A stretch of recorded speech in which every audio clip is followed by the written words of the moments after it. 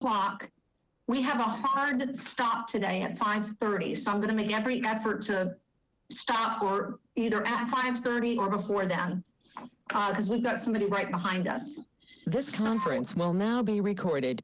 Thank you, Caleb. I was going to do the same. I'm glad you remembered. So everybody, welcome to the Harwich Cultural Council Thursday, October 8th meeting. And this meeting is held via remote participation pursuant to Governor Baker's March 12th, 2020 order suspending certain provisions of the open meeting law, GLC 30A, Section 20, and the Governor's March 15th, 2020 order imposing strict limitations on the number of people that may gather in one place.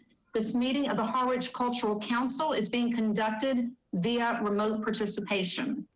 No in-person attendance of members of the public will be permitted, but every effort will be made to ensure that the public can adequately access the proceedings as provided for in the order.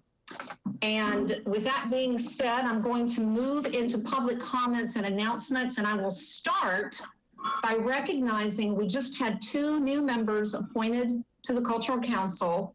One is with us today as a guest, Sharon Moore. The other is Peter Hollis, who is not with us today, but hopefully will be joining us in November.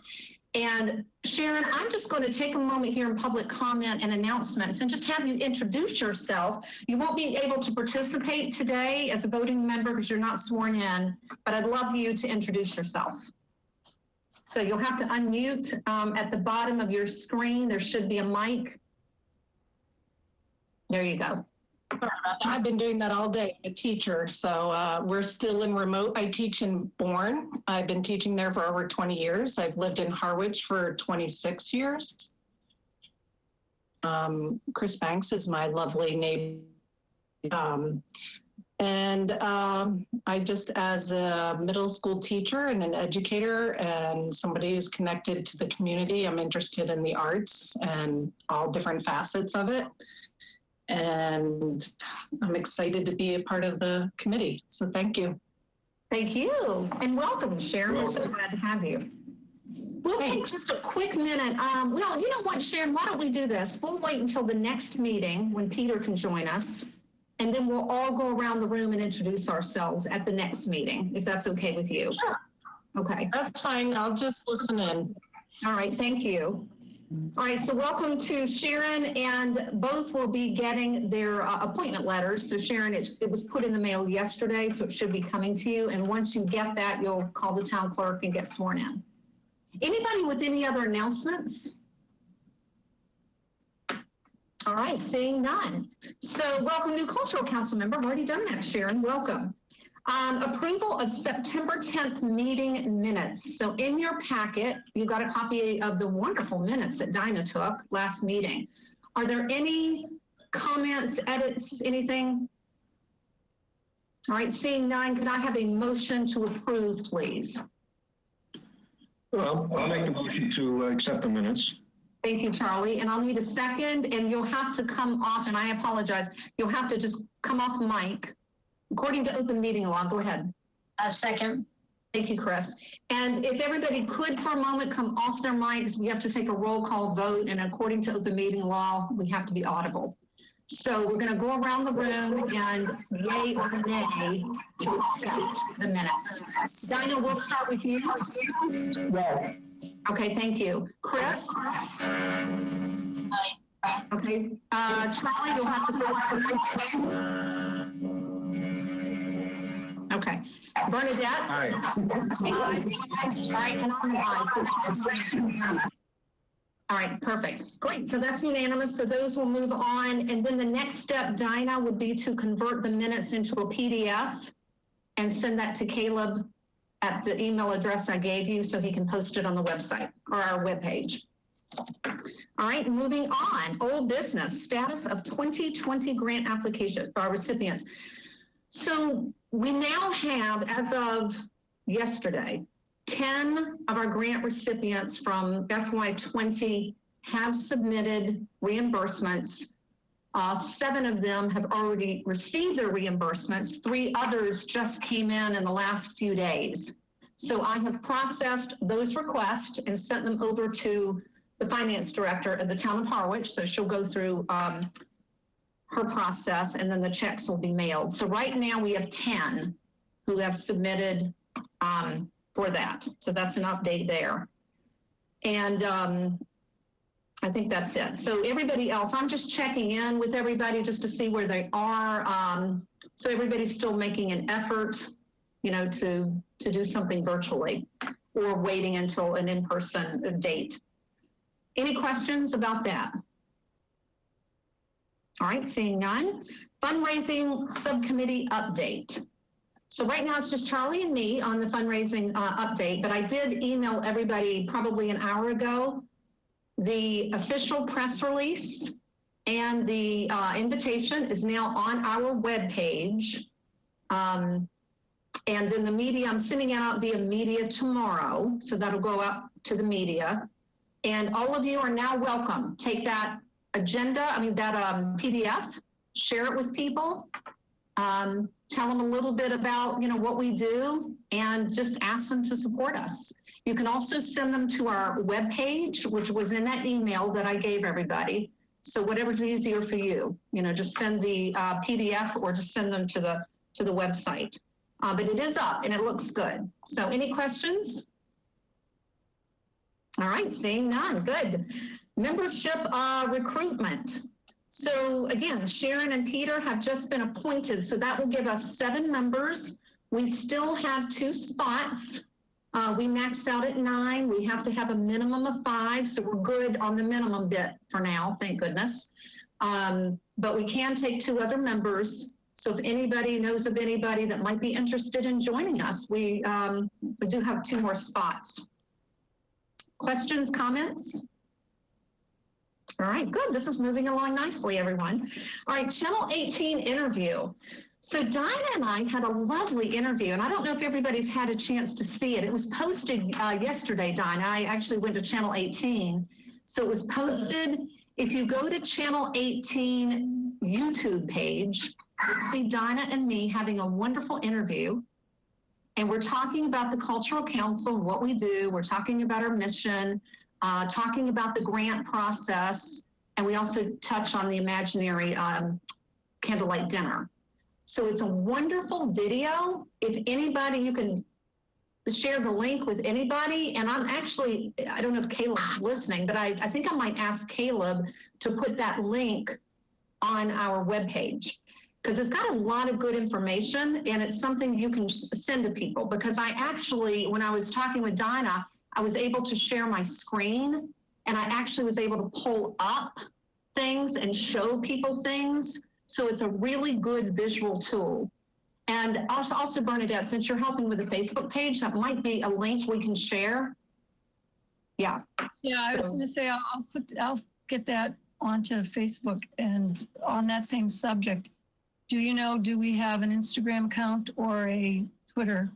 No, not yet. But if you're interested, I'll do that to get it across the platforms. Yeah. Okay, good. Thank you very much. Wonderful.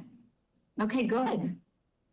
All right, thank you for that. Yeah, because that's always, there are people over there checking things out. So, but anyway, so I will make sure in a follow-up that I send everybody the link to that video, and then you can share it as you would like. Any questions? All right, this is going to be a really quick meeting. Yay. All right, moving into new business. So every year, the chair of the Cultural Council and any town committee, you have to submit an annual report to the selectmen. And so we usually submit one in writing. I will send that to the Board of Selectmen, and then we all have an assigned date that we have to go in front of the selectmen. And Dinah and Charlie, you were with me last year when I did that. And it's basically, 10 minutes of just getting up and telling the Board of Selectmen what we're doing, kind of give them some updates. They will have the report in front of them, and it gives them an opportunity to ask questions. So it's kind of a, just a presentation. So that is scheduled for November 16th. And because everything is still remote, what will happen is the selectmen are in the room, and then the chairperson, or I was going to put this out today for just people to think about. anybody can deliver that presentation. So we might want to, I don't mind doing it. I've done it for the last, 4 or 5 years, but it might be a good opportunity for someone on this council to deliver it other than me. I'm happy to write the report. I will do that and send you a copy if you feel like you want to give that a go. But we can just maybe talk a little bit, maybe you can think about it, and offline I can check in with anybody that thinks that might be a good thing to do, just to kind of get you in practice. Because as we've been talking about, it's my last year on the council. I'll be coming off at the end of June. I'm term limited. And we'll be kind of transitioning into a new chairperson. So it might be a good practice for somebody. So just kind of keep that in your mind. But the report will go to the Board of Selectmen. I'll make sure all of you get a copy of it, and then we'll kind of go from there. Any questions? All righty. One thing I'm going to mention. Wait a minute. Go ahead, Dinah. Yeah, when is it that you will be sending the report to the selectmen? November 16th. So we're sending it to them on that day? Oh, when I'm sending the report? Yes. I usually send it to them because it has to make the agenda packet. So if it's on a Monday, I think it's the Wednesday before. Okay. So I have to look at my calendar real quickly to tell you when that is. So It'll be the 11th. So it has to get into the agenda packet. So I think the deadline is, the Wednesday before. Yeah. So they'll get that report, and then the 16th is the actual presentation. And when would you send it round to us? As soon as I write it. Yep. But definitely by the 11th. In fact, will we have a meeting? Actually, we'll have a meeting on the 12th. So it will be part of your agenda packet for the 12th for our meeting. Yeah. All right, great, thank you. So I'll make sure, so you'll get that in the next packet for sure. So that's on the 12th. Is that right? Yeah, so that's the 12th. And they'll get it the day before because it has to get into the agenda packet. Any other questions? Charlie? Did you have a question? Oh, okay, you're just raising your hand, okay.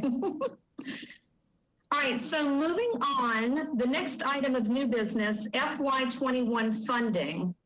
So, and this was another really good thing that Dinah and I talked about in the video. So for everybody who's new, and Sharon, this is good information for you and anybody who's listening.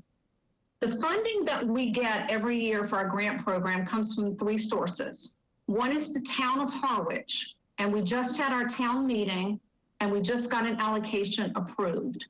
So that money, I think, has already been put into our account. Then the state also gives us an allocation through the Massachusetts Cultural Council. It is delayed this year because the state has not finalized their budget. And we're expecting that allocation to come any day, hopefully. So I don't know yet what that amount will be, but it is kind of, the process would be that as soon as they approve the budget, the governor approves it and the legislature, then we get the money into our, I guess it comes in January, hopefully, or February. So, and then the third pot of money is whatever we raise on our own, like the Imaginary Candlelight Dinner. We have 2 accounts in the town of Harwich that are both the Cultural Council accounts.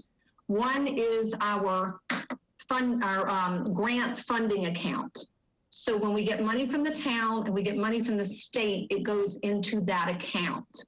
If we get any donations, any fundraising, anything like that, it goes into what we call a gift account. And whenever our primary goal for the Cultural Council is always to provide grants every year. That's our number one thing. And the money always comes out of the main account of the town and the state, but we can dip into the gift account. And so it just depends on what our money situation is every year and how much grant money. Next month in November, we will be having a conversation. It will be on the agenda about how much money we want to give out grants this year. right now, without knowing what the state's allocation is, I'm pretty comfortable in just saying that, at a minimum, we'll be able to give 10,000, which is pretty standard of what we've done. Some years we've had a really good fundraising year and we've been able to give up to 15,000. I doubt seriously that will be a year in the next year. So just kind of just keep your eye out as I update you on the state, because as soon as I get the heads up from Ricky, who is our contact at the Mass Cultural Council, I'll have an idea of what we are getting from the state. So that's, any questions about that? Do I understand that we have to have a zero balance at the end? We have to spend it all from the... No, it's very different. And it's a good question, Chris, because I'm on other boards and commissions, and there are certain stipulations for other things where you have to have the zero balance. This is not one of those. However, having said that, it is expected that the money from the town and the money from the state that we do allocate every year. So we, at a minimum, have to make sure that the grants are the money that we put forward and the grants that we approve have to at least match that number. And then any extra that we want to put to the pot comes from our gift account. And the gift account can stay in there for as long as we want it to stay. Because we always want to have a little bit in the gift account, like our grant reception, any little expenses we might have. So we always want to keep, we've always tried at a minimum to keep about $1,000 in our gift account, just for various expenses. And then anything over the gift account, we have tended to kind of move into the grant program. Dinah? Can you remind us how much is in the gift account now? I don't have actually, hold on a second. We have, let me see here. It's roughly, I thought I had it here, but I don't, unfortunately. Let me just see, because part of being the treasurer, because I'm also the treasurer too, Sharon, I'm the chair and the treasurer. Part of being the treasurer is at the end of the fiscal year, you have to go in, or other than this year, you have to go in and sit down with the finance director and make sure your numbers match. We couldn't do that this year in person, so we did it remotely. And I don't have the number off the top of my head, but it's a little over 3,000, Dinah, but I don't have the exact number off the top of my head. But it's a little over 3,000 right now. And we have just, kind of pulled money over as we've needed it. And then if somebody writes us a donation, like we had a couple of women who donated every year to the Cultural Council. And so that money went into the gift account. But it's over 3,000, but I don't recall the exact number. But I don't know if you can see this. But this is a form. Now, if we were in person, I would have shared this with you. We could have gone over it. We did it last year. I don't know if everybody remembered from last year when we sat and did this. Yeah. Yeah. I have another question. The 3,000 that's in there, could that conceivably, if we chose to, some of it be used for grants this year? Yeah. Absolutely. Yeah, absolutely. It's And I'm echoing here. I'm having difficulty hearing myself. Hey, Donna, I may have to have you go on mute one more time if you don't mind. This is so if we were in person, and I don't think, because I go to meeting, I really struggle a little bit with sharing here. So anyway, but last year, if everybody can think back to probably October, next month when we sit and talk about how much we want to give, I will provide you with this kind of in your packet. And it kind of walks you through the numbers, because it's hard for me to explain this, Dinah, because not everything is spent, particularly in this year of COVID. Right now, we probably would have had most of our grant reimbursements already in. So we've got money there that is, you know, encumbered, I guess. That's, yeah. So the numbers you see on the sheet aren't numbers that we can spend, if that makes sense. Does that make sense? So we have to look at a few different numbers, and this is where I've always had a treasurer, and I've always been very thankful for the treasurer, but this is an extra task I've had to take on for the last couple of years. So I have been working very closely with Carol Coppola, who's fabulous, and I've had to spend some time understanding this. And it's not that difficult, but she has her numbers based on what has actually been processed. And then we have our numbers based on what we've actually allocated. So I have to kind of go with my numbers. Otherwise, we're overspending. If that, what do you call it when you, with your check, your account, when you overspend? Yeah. So we will have more of a conversation about this next month when we actually pick our number, and hopefully I will try to include this and try my best to explain it to all of you. But it takes our revenue from the town, our revenue from the state, which we have no idea what that's going to be. And I might not even know by November, but I'm going to have to maybe guess at what it'll be. And we just have to keep in mind that we still have allocations out that and that is theirs. That is everybody that we promised the grants to, that no longer belongs to us, so we have to encumber it. So we kind of have to work around a lot of these numbers. I know that's a little bit of a twisted answer, but I don't know if that made sense. Dinah? Yeah, so the money, if we do not end up spending all the money, I understand it's encumbered until June because we're giving people until June to complete their projects, correct? Yes.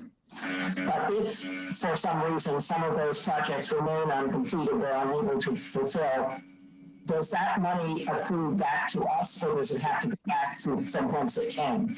Yes. Yes. If people don't fulfill the grant, if I could just have you go back again on mute. Thank you. If people don't carry their grant through, then the money stays with us. And it kind of goes back into our larger pot, and we can reallocate it. And to give you an example, one of our FY20, one of our grant recipients from this year, because of COVID, was not able, it's a field trip, not able to do it.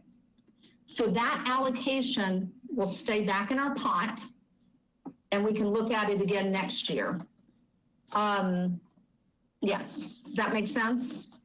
And we are extending, and Sharon, since you're new, we decided last month that we extended for people who had a good reason, that we're giving them until the end of June 2021, but with good reason. And they have to get, their event or program has to happen, and they have to submit their reimbursement, which also they've got to include receipts and all of that. And it has to get to me, and I have to record it all, and I have to get it to Carol over at the town, and Carol has to have her time and to get the check out, all before June 30th. So what I'm telling folks is that if they could try to target June 1, maybe June 15th, that gives us time to get that done by the end of June, because that's when the fiscal year ends. So this is an exceptional year when we have given a 6-month extension to, I think, four people to have that done. So it's really gonna require me to really stay on top of things, because we, you know, and once we do an extension like that, it's technically not our responsibility to stay on top of it. It really is the grant recipient. However, out of courtesy, we've always tried to stay on top of it and given reminders to people, just out of courtesy. But on a normal year, they would have had until December 31. But we have decided that we will extend because of the circumstances. So it just requires, so here's the tricky thing, Dinah. So it requires me as the treasurer to stay on top of FY20 and stay on top of FY21. So in a normal year, I wouldn't have to do that. I would move into FY20, I'd close the books here, and we'd be done with that. But in this very unusual year, I'm really going to have to be balancing things. Go ahead, Dinah, you can come off mute. Yep. In a normal year, in fact, if people were not able to finish their projects, we would know before we were actually giving out money. Is that right? Before we made the final, no, not quite.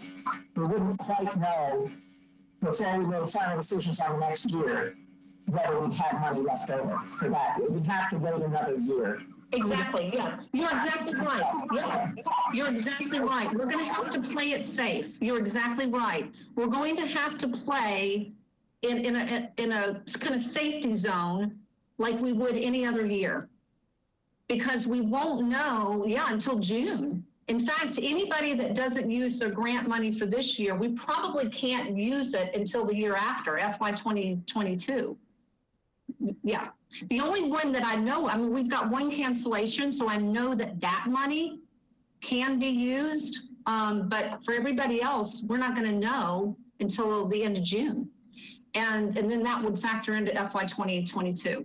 Yeah. Does that make sense, everybody? It's a very complicated year. It's like, but I've got a handle on it now that, and Carol is fabulous. Anybody that's worked with Carol Coppola in the town, she's just really super and patient and a good teacher. And I'm quite fortunate to be working with her because she always answers my questions in a way that makes sense. Dinah? Isn't she retiring?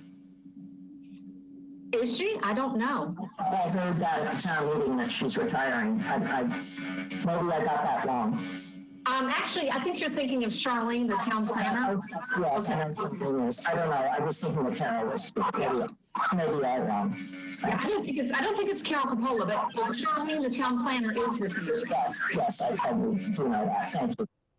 Yeah, but Carol is really fabulous. I can't say enough about her. She's very, very patient, and I just really enjoy working with her. And she's so good about things, and especially this year, because technically, for every reimbursement when it comes in, we always have to have 2 signatures on the reimbursement request.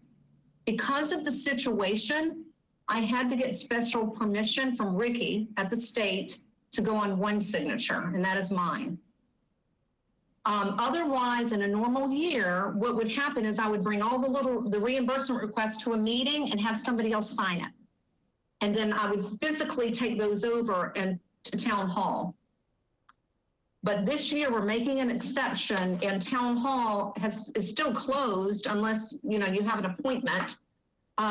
So Carol is working with me remotely at the moment and accepting everything remotely. So she's been fabulous in this whole process. So any other questions about that, about the funding piece?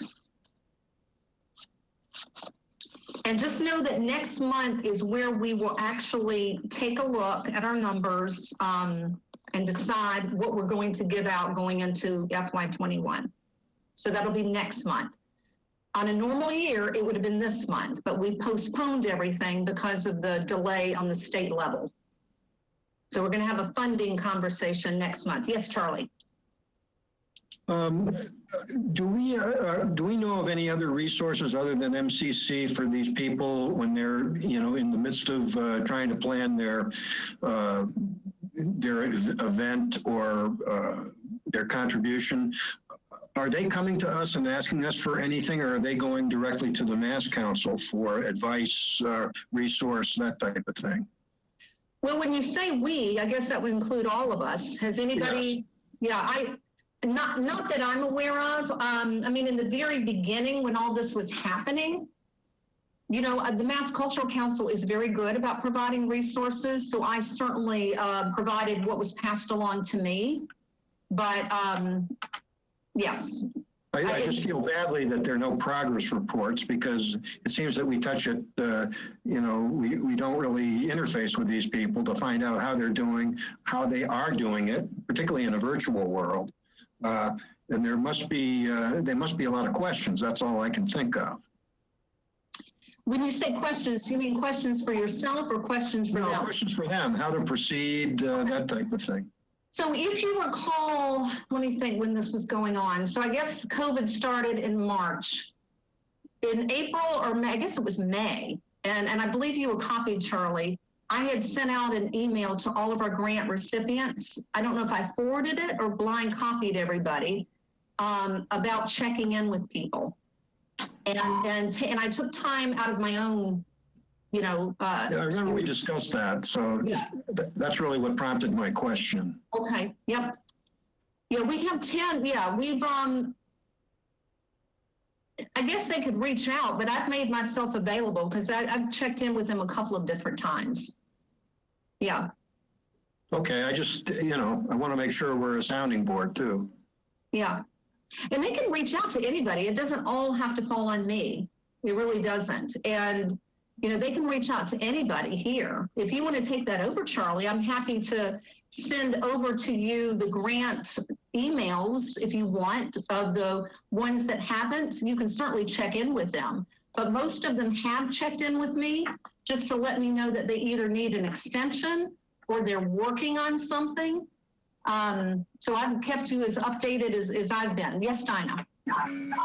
If in fact, Charlie, you would like to take on some of that, I would be happy to share it with you. So if Tina could send us the outstanding people who we don't yet know specifically what they're doing, you and I could split them up and check in with them ourselves if we wanted to. I got it. Is that right? Yeah, that would be fine. I would rather just have one person just so they're not hearing from everybody. I think that would get too confusing. So Dinah or Charlie, if one of you want to volunteer, I'm happy to probably, I've got a school committee meeting tonight. So probably tomorrow I can get the email addresses of those that we haven't gotten a reimbursement from yet, but a couple of them already know what they're doing. I mean, they've asked for extensions. So I know that at least 4 out of those 15, I think, are extending. But yeah, absolutely. Do you or Dinah want to take that over?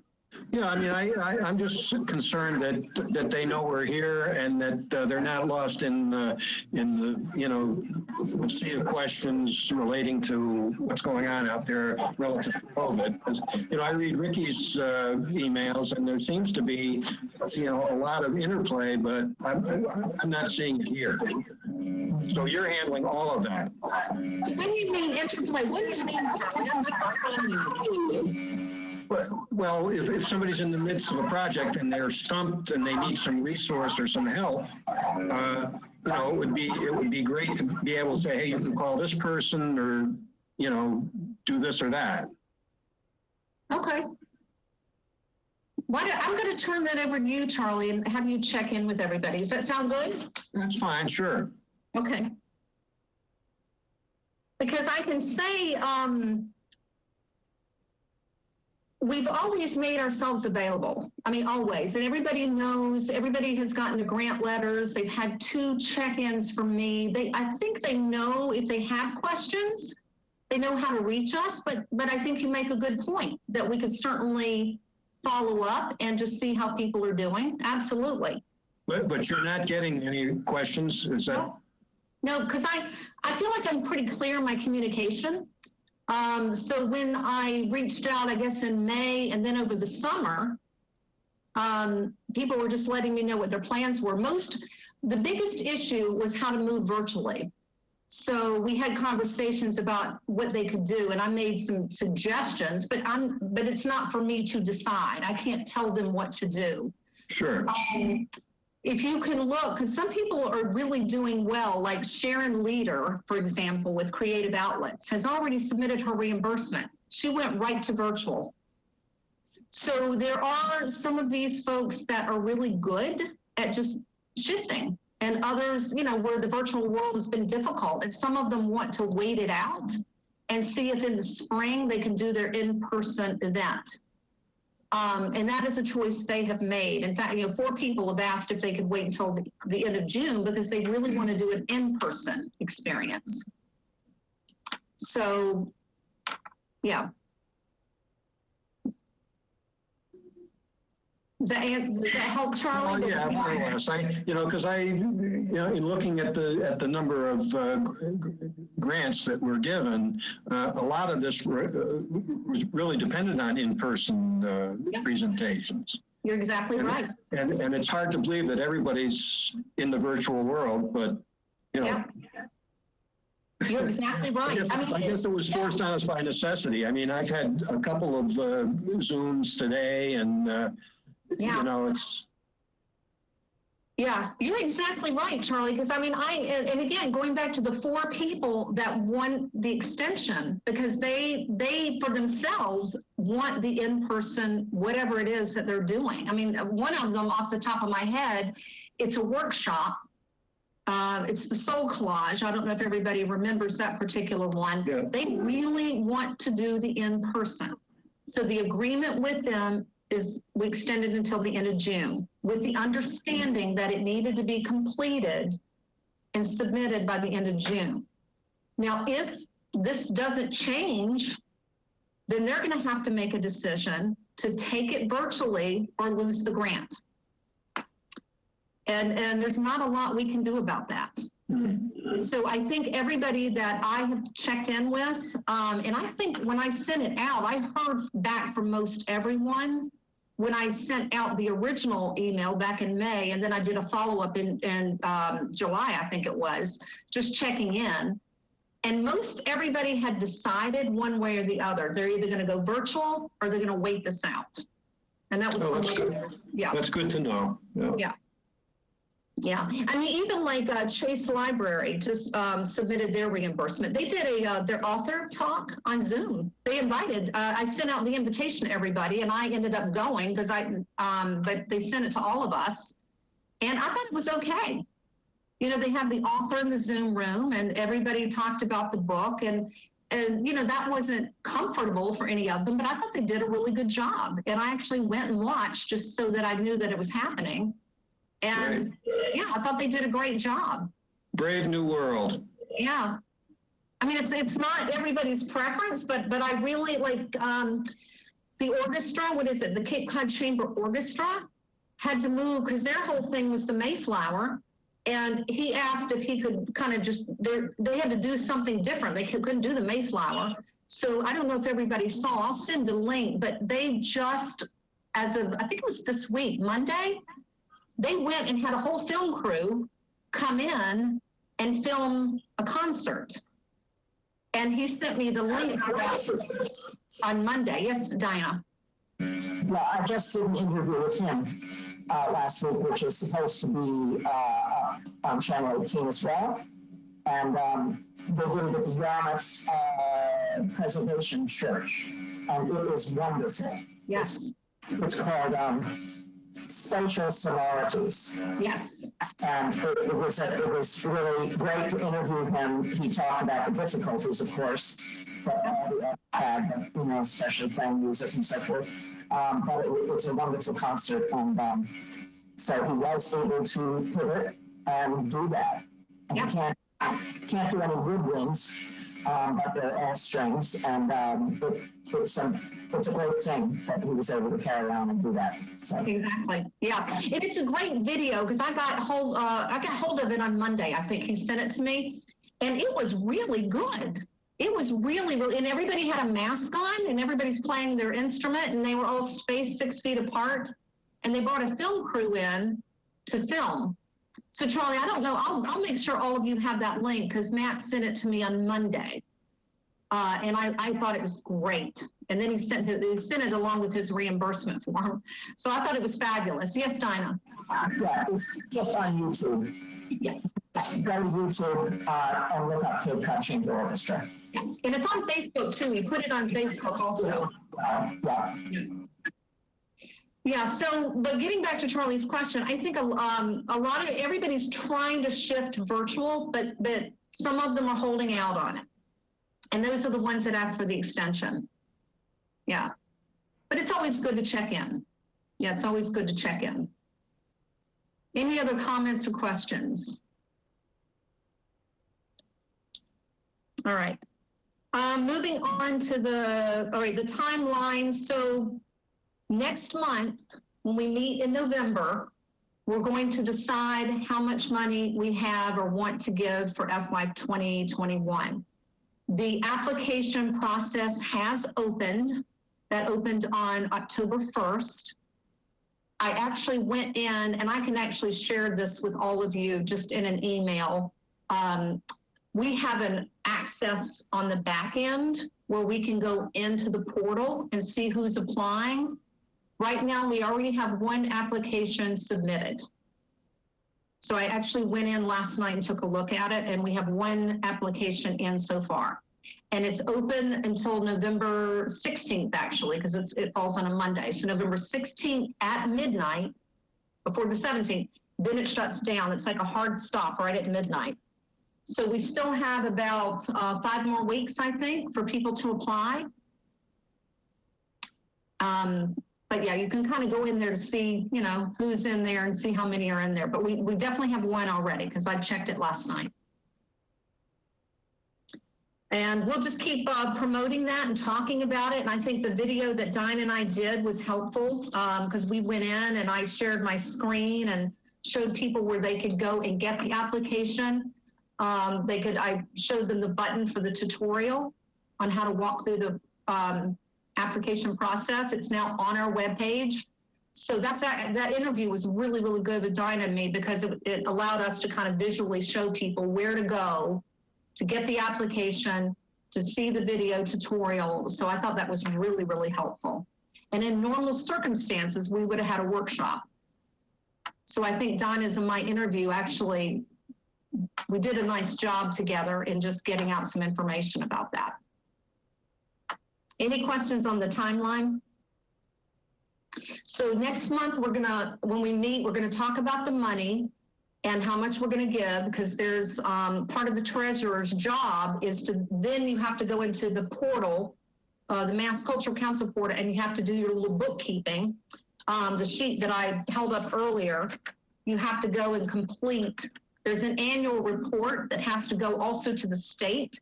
So there are a lot of different little steps throughout the year for the treasurer to keep up with. So once we choose our amount, I have to go in and put that number in there. And, but I can't really do anything without the state's allocation. That's the sad thing, is I can't really process that until I get the state allocation. So we're kind of we're playing a guessing game at the moment. So next month, we're gonna pick our amount. And then in December, we're going to see the applications.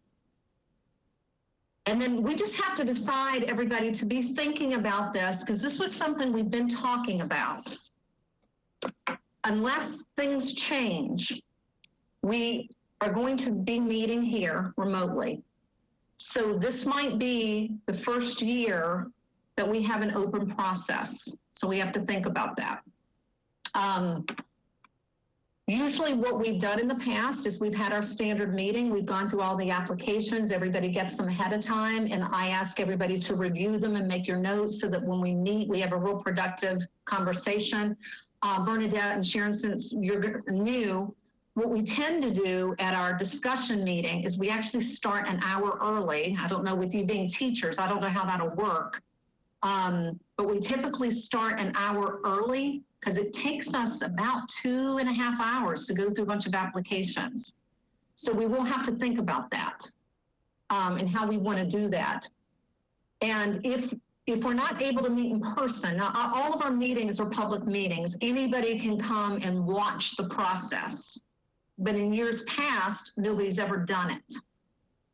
But since we're virtual now, and this is being recorded, this might be the first year we actually sit and everybody hears our conversation about, you know, which is fine. I mean, it's a public meeting, you know, and people can hear what we've had to say, and they might, you know, who the heck knows, you know, So it is the first year we've ever done that. So we'll just have to kind of think that through. So December, we will meet and go through the applications.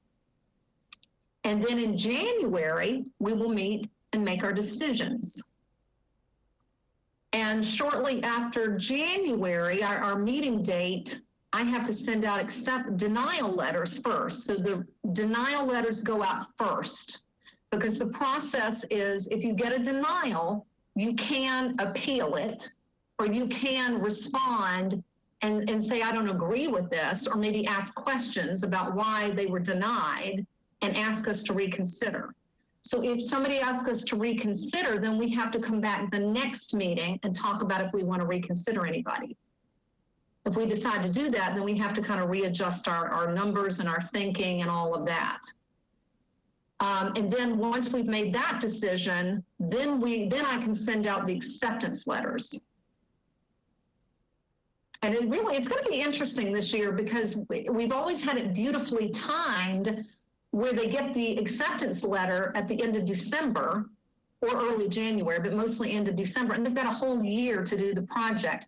Now we're going to be off like a month, maybe 2 months. I don't know. I guess we'll wait and see about the state money. So it's going to be really interesting for someone to manage after I step off in June, because it's going to be off the calendar. So it's going to be an interesting thing. Any questions? And so we will have to be thinking about that too, because somebody will need to probably throw their hand up and agree to step into the FY21 grants and walk with me through that process. Because I don't think it would be fair to the council that I take the first half and throw it to somebody for the back half. So it might be that we need to be thinking about who can take that over with this next grant cycle. Does that make sense? Dinah? When you say who can take that over, are you talking specifically about the chair role, or are you talking about just the grant part of it? Well, we're going to talk job descriptions in a minute. Yeah, but this technically would fall to the treasurer. Because the chair really, it's not the chair's job to keep up with the grant reimbursements. That's never been the chair's job.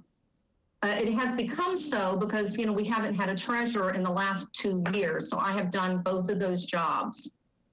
But technically, the treasurer historically on the council has always kept up. Once the grants have gone out and everything's been accepted, the treasurer is the one that keeps up with the reimbursements coming in and follows up, like Charlie was asking earlier, and follows up with the grant recipients.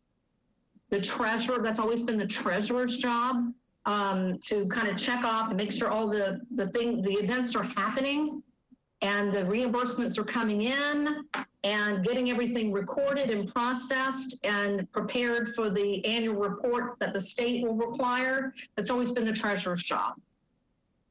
So I'm just going to recommend that we be thinking about, when we get to our job descriptions here in a minute, this is not something the chair should be doing. It's something that the treasurer should be doing, or if we decide to have a grant coordinator, then maybe the grant coordinator can oversee the whole process. But it does require a treasury part, because they're going to have to be the ones recording the reimbursements coming in and making sure it gets over to Carol. There's a whole processing that has to happen over there. So I hope, did that answer your question, Dinah? Okay. Any other questions regarding that? All right, so let's move into job descriptions.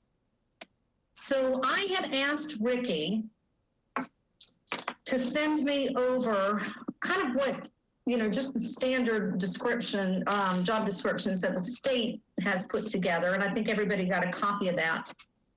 Because our cultural council is considered small, historically, we have always had a chair, a secretary, and a treasurer.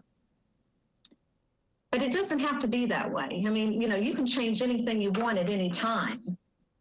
Some of the larger councils across the Commonwealth have different roles. I mean, you know, some of the bigger cities like Springfield or, you know, wherever, Boston especially, they have a bigger council. So they have, you know, 10 or 12 different positions. But we're a smaller council.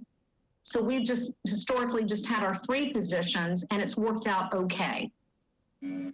But it doesn't mean that we have to stick to that. Dinah, go ahead.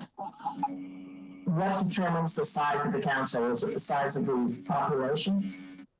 Yes, yeah, it's the size because in the allocate. So here's another interesting thing. So the money that comes from the Mass Cultural Council, there's big city, mid city, and town. The towns get the least amount of money. So we're considered a small council. If you're a big city like Boston, you're going to get a lot. You're probably getting $14,000, $15,000 from the state just by itself, just because they serve more people. It's based on the number of people that you're serving. Go ahead, Dinah. I'm really asking is the size of the number of people on the council is determined also by the size of the town, because I noticed that there are 10 job descriptions tentatively listed here, and we are only allowed to have 9 members. Do some councils have more than 9 members? Oh, yes, absolutely. I mean, the big city ones, yes, yes. I don't know. I mean, I don't know exactly everybody across the Commonwealth and what they've got, but based on meetings that I have attended over the last almost 6 years now, particularly when we were doing the cultural district, when I was working with Cindy Williams and Charlene, the town planner, around the cultural districts, the 3 of us went to a lot of meetings, and there were a lot of big cultural councils. So like Springfield, for example, Springfield keeps popping up. They've got a pretty good cultural council. And Springfield also has in their budget, in their city budget, a cultural director. So the cultural council is working with the cultural director. So a lot gets done in Springfield. In a town, it's just our little cultural council, and we're dealing with our board of selectmen. So we don't really have a cultural person in the town, and you know, in the town office.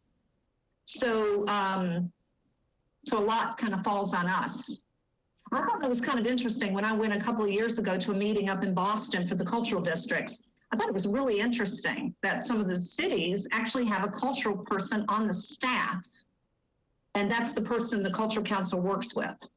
But we don't have that in our town, so we pretty much are dealing with the board of selectmen as things come up. Does that answer the question? So what you're looking at, what Ricky sent me, is this is based on a larger council. You know, these, so if we were one of like, if we were either a large or mid city, we might have all of these roles filled and more people probably on our council. But because we're small, we just, you know, we've kind of taken a lot of these positions and rolled them in under the chair or maybe the treasurer or the secretary. And based on looking at this, I can tell you that the chair does pretty much everything on this list, minus a few things. There are a couple of things on the secretary's job, and on the treasurer's job, there were a few things there that the chair didn't do or shouldn't be doing. Everything else, like some of these things, you know, I don't think we need advocacy, education, special projects. I don't think we need coordinators like that. Unless you want to, you can certainly do it. But because we've been a small council, everybody's kind of taken little bits and pieces of that as we've needed it. So I don't think we need like all of these positions. I think the key thing in my mind is to make sure you have a chair, a treasurer, and a secretary. And anything you want beyond that is up to you. I can tell you one thing that popped into my head today. I would highly recommend, because this is not something that has happened, if the chair, for whatever reason, has an emergency and can't lead the meeting, we've had to cancel our meetings.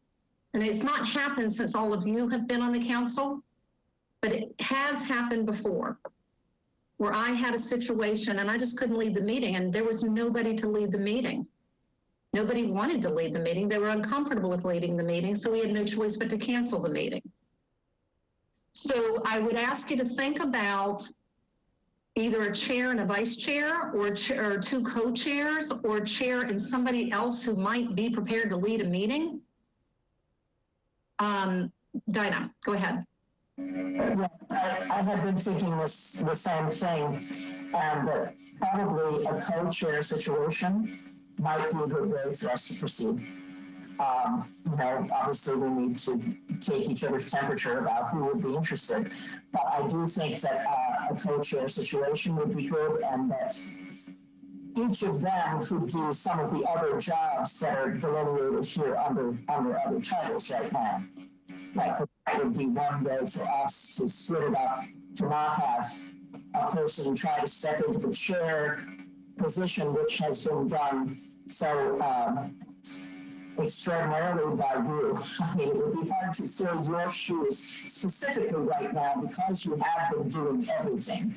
And so a way to ease us into spreading things around might be a good idea, to have a co-chair situation, and not necessarily have each of those co-chairs do some of the other things that are listed under some of the other titles. So yeah, and and this is the start of our conversation. So we don't really need to make any decisions until the spring, I think. But I think it's good for us to keep having these conversations, because I agree with you. And Sharon, just for you, since you're joining us, based on what I've known this cultural council to be, even before I joined, it's always, for whatever reason, it's always been the chair doing pretty much 80% of the work. And we've had a secretary and a treasurer.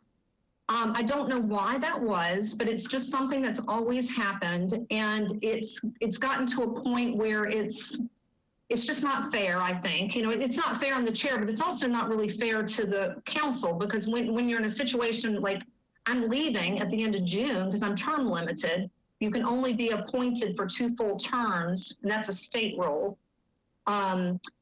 And it does leave the council in, so it's just something that I think going forward, I would recommend that we just think through this a little bit better. And that way, not one person is left with everything, because it's just not fair, I think, to one person to just kind of put the load right there. So I think in going forward, and we're talking through a transition plan, it's just good to be thinking about these things, because something could happen and the chair might not be able to lead the meeting, and then who's going to step up and do it? Or if the chair has a family emergency and a report is due, who's going to do it?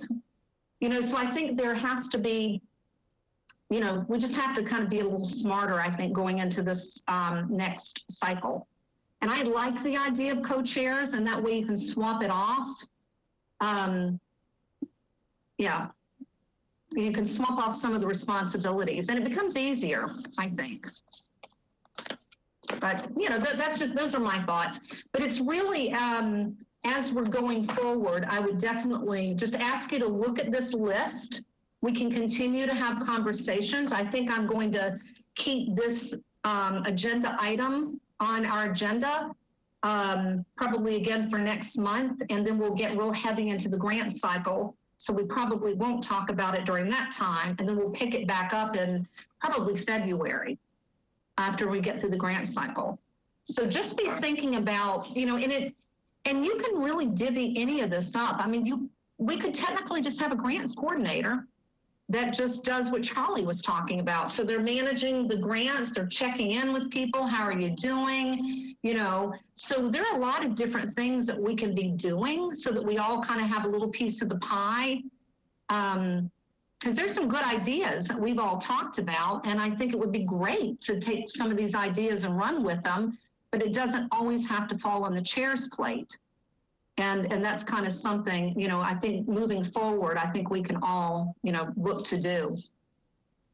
And Bernadette's already stepping up and helping us with social media, so that's a big help.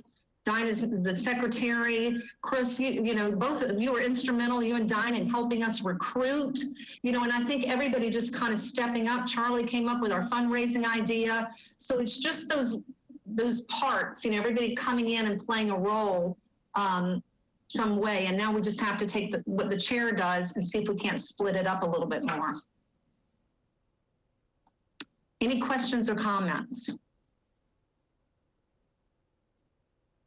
And at any point in time, if anybody is thinking that you might want to take on the chair, anytime, I am so ready to be with someone and we can walk through, because right now it's a good opportunity for me to be doing things while one of you or two of you are watching.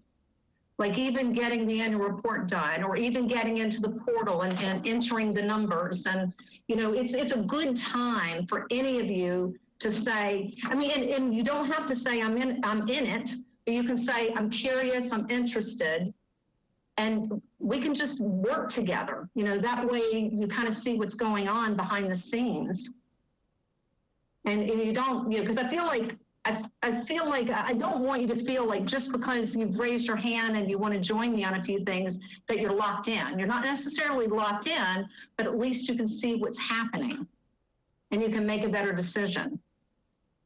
Because I know right now it probably sounds so big that you're like, I don't think I want to do that. But if you just join me a little bit and, you know, maybe we can get on like Zoom. It was really nice when Dinah and I got on Zoom, just because we're both comfortable with that platform. I was able to share my screen. And so if you're interested, you know, we could just have, I don't know, just a little training session. It can't really be a public meeting. We have to be mindful of quorum, but we can get on and I can kind of walk you through the back end of things so you can kind of see what's going on, you know, can do all of that kind of thing. I mean, when we were in person, you know, I don't know if you remember, some of you from last year, I brought my laptop and we looked at a few things. Bernadette? Yeah, just for the record, this is my second meeting. I've only just joined. It concerns me when I discover there's such a precedent set that the chair is doing everything. And I just have to say, when I hear the treasurer responsibility has been part of that, that really gives me pause, because one job I do not ever feel comfortable doing and never have done, despite being an active member of many organizations, is treasurer.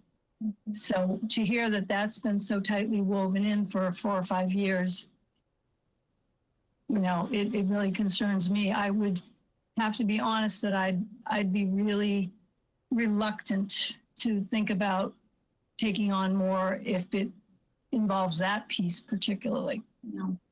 Yeah. And it just has to be honest and say something here about what they're thinking. This wasn't this wasn't how it was represented to me when I was asked. So it's a little daunting when I got into it last month to see what's been going on. And I know, you know, membership was down and now it's up, and hopefully, you know, with more people joining, but just, you know, for the record, Sharon, this is my second meeting, so. Yeah. And thank you, Bernadette, for your honesty. Really, thank you for your honesty, because when I think back to, I guess when I joined the council, within like a few months, it was pretty obvious to me how much the chair was doing. And I'm not saying we have to have a minimum of 5 members to have the council. And if it falls below 5, we have to shut the whole thing down. I mean, we just can't have a council. So I think sometimes it's great that we have members, but I think we have to be thinking of members who can just take on a little piece of something. And that's kind of, I think, historically been the issue is I think it's great people are coming on, but I think there has to be an understanding of just your piece of what you might contribute. And it shouldn't, for the treasurer piece, that only came on my plate. This is the second year. So the year before last, we actually had a treasurer, Joan Sacchetti. I don't know if you know Joan, who did a great job for 3 years. And then before Joan, it was Roseanne Clark. So we always had a treasurer. We always had at least one person who said, I'll do the treasurer's role, until a couple of years ago. Yeah, and you're right. Treasury is probably the most difficult thing. I think we could probably get a chair before we could get a treasurer. So that it is a more, you know, for a lot of creative people, I mean, treasury is kind of the last thing people are thinking about. And that's always the toughest thing to fill. So don't mean to scare you at all. And that's not my intention. It's just, I just really want to look at this and figure out how can we split this up a little bit more so that the chair's not doing everything. I mean, even a grants coordinator would be kind of fun. You know, one person could just oversee just the grants. And then that takes that whole thing off the chair's job. I mean, that's like, whoo, that's a big job in itself. And I could also, you know, another thought is I can invite Ricky. Bernadette, you haven't met Ricky. I think the rest of us, I can't remember, Charlie or Dinah, if you've met Ricky, but I could invite, Ricky actually offered to come to one of our meetings and just kind of maybe talk through some of the job descriptions, and maybe he could give a different perspective from other towns. I'm just familiar of some of them on the Cape, but maybe he has some more information about what others like over. Yeah. I think that sounds like a good idea. I would like to hear from him and discuss with him, and he seems very collaborative and coming up with good ideas for people. But the other thing is, wouldn't the grants coordinator conceivably also be taking part of what the treasurer, or at this point you, have been doing? It seems like part of the grants coordinator thing really is tracking the money and the reimbursements as well, right? I mean, so maybe someone splitting the money piece might be less onerous. Right. Yeah, and it's, you know, it's kind of funny. I mean, this is, you know, this is part of going visible here, but I think too. And this is just my own observation, but I think sometimes on some of our town committees and stuff, I think we're not the only ones. I mean, there are other town committees that have difficulty keeping the seats filled sometimes, and so people bring their friends along, you know. And when I joined the Cultural Council, there was such a wonderful group of women, and they all were like a part of a dinner club. And they would go out to dinner after the Cultural Council. It was a really sweet group of women, and I really enjoyed it. But then they all left at once. So I was going, oh my God, you know, and so we had to kind of scramble a little bit to keep it going. And I had to talk a couple of them into staying. And Roseanne Shapiro came on board. So, you know, so I think that's another thing that I'm mindful of sometimes, is that people join these things together and they bring their group of friends and then they all leave at the same time. And so that has been an issue, if I'm being really honest. And I'm just trying to change a few things. Chris? I would consider the treasurer's spot. However, what I would like to see is a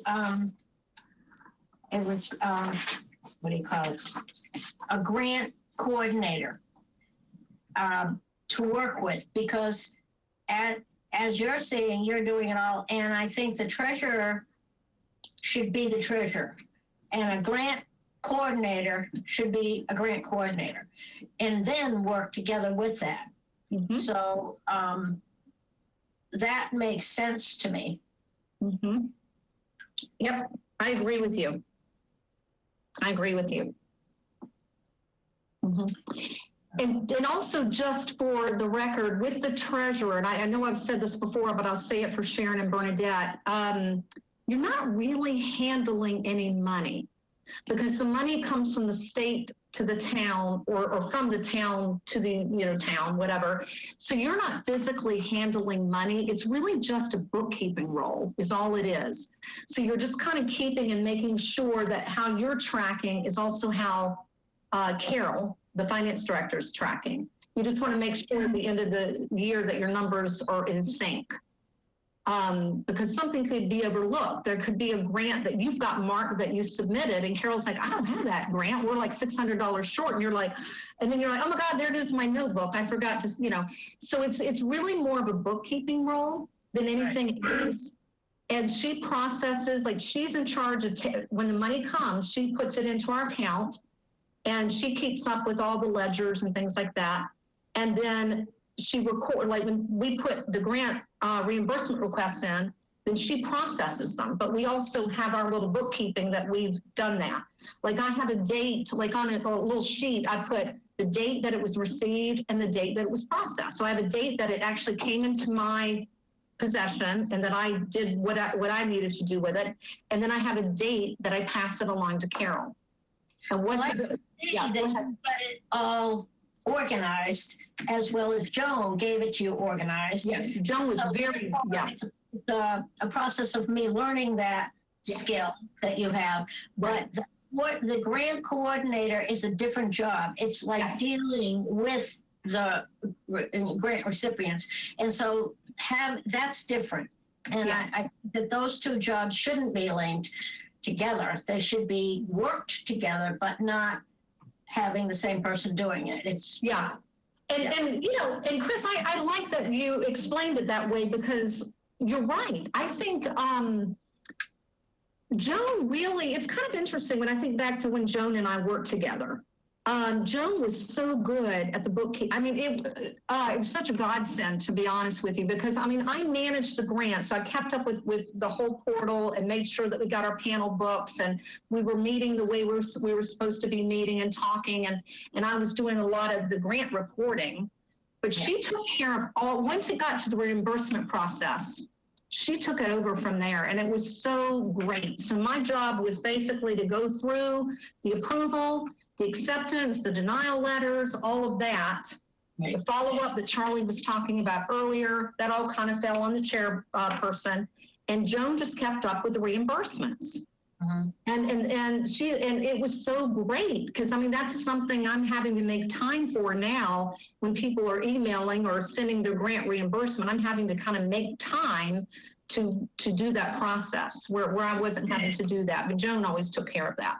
So it really is a bookkeeping process, and getting it over to Carol for payment.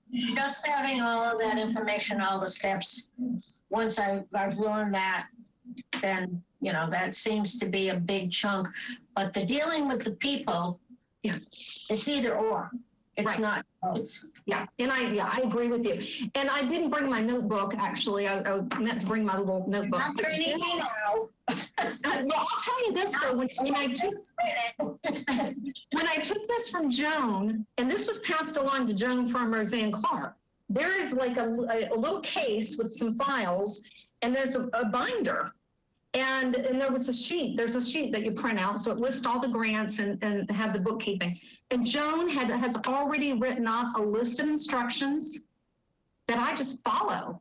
And I'm having to pull it out because of COVID and there's so much time lapse that I'm having to pull out that sheet that Joan gave me and think, okay, now what were my steps again? How do I have to record this? Yeah, and she was so good. When we did the handoff, she wrote the steps down. So I have a step-by-step of what I'm supposed to be doing. Right, that's good. Yeah. And so it's not that, it really isn't that bad. So anyway, I'm just putting this out there, not to scare Sharon or Bernadette, but it's just something that I think we can do. And we've done it before. You know, we've done it before on this council. And I just think, the unfortunate thing is sometimes when people leave, they all leave in one go. And, you know, and that's what happened. That's what happened. Yeah. All right. Bernadette. Let me just say, Chris helped to ease some of my fears right there. Good. Well, you got to know that I came in and actually, before Dinah, and Joan was leaving and Roseanne was leaving. And there was another one that left right after that. And it was like, oh my God, they're jumping ship and I don't know what the heck's going on. And, you know, the treasurer didn't we didn't have a treasurer, and I was new, and it wasn't about the treasurer. It was about learning the whole scope of what's going on. So I've been on for what, a year, and I'm just feeling almost comfortable now. Yeah. So it takes a while, but you know, having sit in and listening to all the interaction, you know, you feel more comfortable. And but I'm fine with treasurer. I'm fine with what Tina's doing, but it isn't both. You know what I mean? I can't be a person up front and a person in the back, and so you know. Yeah. Thank you, Chris. Dinah? I don't think anyone should be, and I think that's what we're talking about. It's really a matter of splitting the positions. And I just wanted to say, with regard to, and Chris, your point is well taken about the grants coordinator and the treasurer working closely together, but being distinctly different jobs. There were aspects of what Tina was saying about the grants coordination that sounded like it had to do with tracking reimbursements. And that was the overlap that I was seeing with those two roles. But I think that that is exactly the kind of thing where it would be hand in glove with a treasurer who would be handling one piece of that and the grants coordinator who would be handling another, working closely together. So I think all of what you're saying makes perfect sense to me. And the other thing I wanted to say to Bernadette and to Sharon is that I think it helps to go through approximately one cycle, you know, of the year before you really begin to get your sea legs. So I think it's it can be kind of daunting to hear about it, particularly because we're talking about something that's not going to happen for another 7 or 8 months. But Tina is being proactive about it, which I think is very good, because we certainly wouldn't want to be not talking about it and suddenly have it pop up on us in May. So that's my thoughts. I think we can all do it together. Yeah. Thank you very much. And I think it goes without saying is I've really enjoyed my time on this cultural council, and I just really want it to keep going, you know, and I think that was my biggest fear is, God, what happens when I leave? And I have been talking to Ricky about this. Ricky and I have had a couple of conversations about it, and I just felt like I really needed to keep this conversation going. And I remember when I became chair, when I joined, I guess back in 2015, 2 or 3 or 4 or 5 months into it, somebody's like, are you interested in being the chair? I was like, oh my God, I haven't even been here for a full year. But I thought, but it was a group that all kind of left together. And so it was like, oh, well, if I don't become chair, who's going to become chair? So so I said yes, and I have enjoyed it. And I'm a quick learner, which many of us are, and just jumped right into it. But that has been the issue, in all honesty, is I think when people join some of these committees, they come in as a group and they leave as a group. And that's been something that I've been mindful of. Yep. Yeah, the term limits makes it impossible to keep it going. Exactly. So you have to watch that too. You really do. And I think the Board of Selectmen, at least in the last 2 or 3 years, are being really mindful of staggering terms and paying attention to that so that not everybody's leaving at one time. So I think there's been a lot of attention paid to that, to the staggering terms, because that's really important. Yeah, staggering is always important in terms of planning. However, you can't always know if someone is going to drop off. For instance, we just lost 2 people who are not going out in their normal course of things. So That's true. You can't ever really predict that, but you can certainly plan for it as well as you can by staggering terms, and that's what we're doing. Yep, that's very true. That's very, very true. When somebody leaves before their term, you're exactly right. And whoever's appointed to fill that term is coming in already, maybe a year in or whatever to finish that term. And I'm not sure, Sharon, I'll have to look at your letter and also Peter's to see exactly what the term was, because I'm not sure if they put you into one of the vacants. If they put you into one of our vacants, you'll have a full term. If they put you in one of the ones who left early, you might be finishing a term. So I actually have to check on that. I did get a copy of your letter, and I'll have to take a look, but you'll get it as well. So just something for us to keep mindful of. Yeah. Oh, Chris? Don't even think about leaving early just because you think you got. Trust me, I had a fleeting thought, but no, I would never do that. I could never do that. I could never do that. I just couldn't do it. As much as there have been days I thought I really should just go, but I would never ever do that. Seriously, it's just not who I am. No. I tend to finish things out. All right, any questions about the job descriptions? And I think the good news, or at least what I'm getting out of today's dialogue, is I think with what Bernadette had expressed and then Chris, if you look at the treasurer job, I mean, that really should be all the treasurer does. You know, there's nothing in there about managing grants. Right. So it's, and I agree with you, it shouldn't be. It really should just strictly be the bookkeeping role. Right. And then, you know, then you can decide if somebody really wanted to do the grants, and you can take a look at what that entails. Right now, that whole section of grants coordinator goes to the chair right now. So you can just think about, does somebody just want to be the grants coordinator? I mean, that's a pretty big bulk of what we do for 2-3 months out of the year. And then the grant coordinator comes in, does their work, and then off they, you know, then they're done. Right. You know.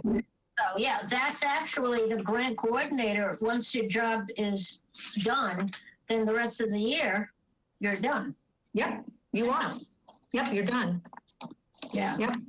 So just things to think about, and I'll keep thinking about this too, and all of us, you know, just keep thinking about it. Well, I'll have it on the agenda again for next month, and we can kind of continue. So as you're kind of thinking things through, we'll just keep this conversation going.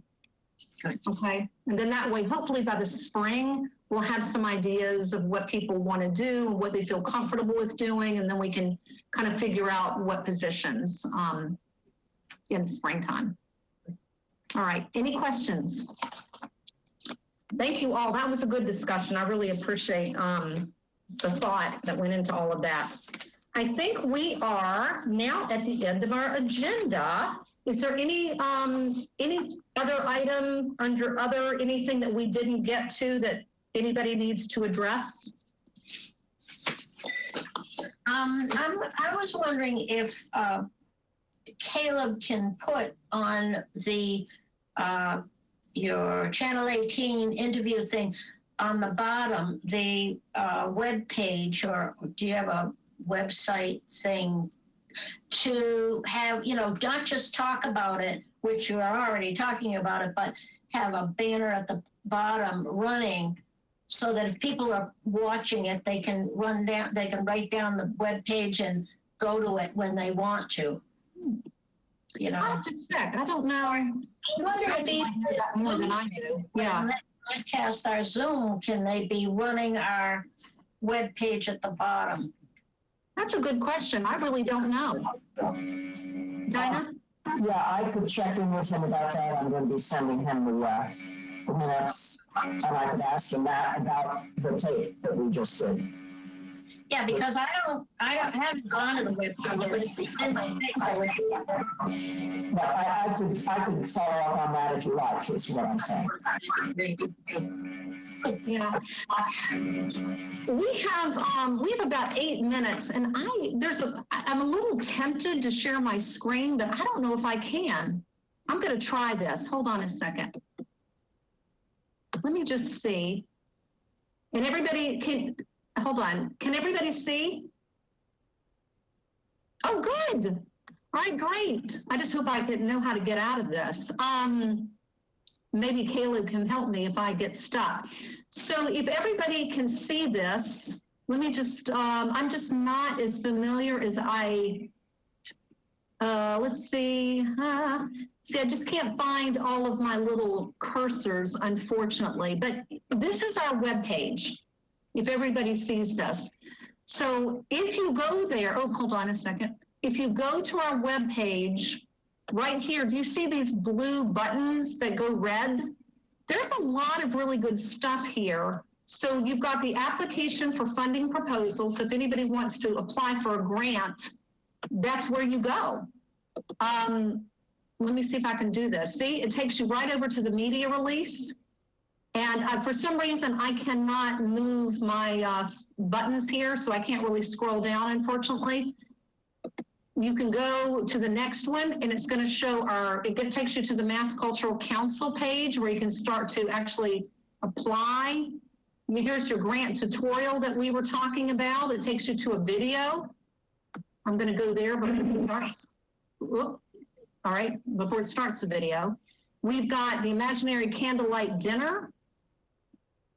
It's on there. See that? I mean, Caleb does such a good job. I hope he's listening. And there's a link to the Mass Cultural Council.